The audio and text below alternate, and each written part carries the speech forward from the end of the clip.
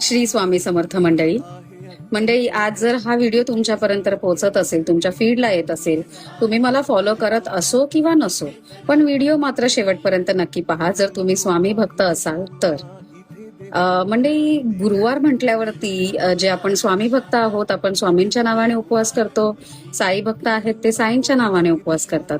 वेगवेगळ्या म्हणजे आपण ज्या ज्या देवाला मानतो त्या देवाच्या नावाने आपण त्या त्या वाराला उपवास करत असतो.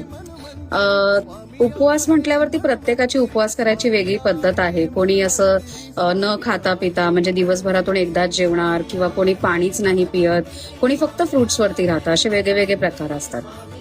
तर ह्या बाबतीत स्वामी असं म्हणतात ना की तू अन्नाचा त्याग करून उपवास करतोस, बरोबर आहे, तुला करायचं आहे म्हणून तू करतोस, मी काय बरं तुला सांगत नाही करायला, पण तू कधीतरी तुझ्या वाईट विचारांचा सुद्धा उपवास करून बघ, कारण ते जास्त महत्वाचं आहे.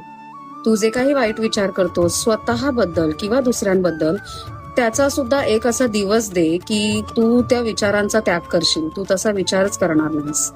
आणि हे तितकंच म्हणजे खरं आहे मंडळी. आपण जेव्हा वाईट विचार करतो ते दुसऱ्याबद्दल असो किंवा स्वतःबद्दलही करूच नये, कारण स्वामी असं म्हणतात की मी तुझी प्रत्येक इच्छा पूर्ण करायला किंवा तुझ्याकडे सगळ्या गोष्टी आणण्यासाठी खूप धडपड करतोय, पण तुझे हे जे विचार आहेत ना, हे सगळं त्या गोष्टींना कुठेतरी अडथळा घालतायत, कुठेतरी त्या गोष्टींना थांबवतायत.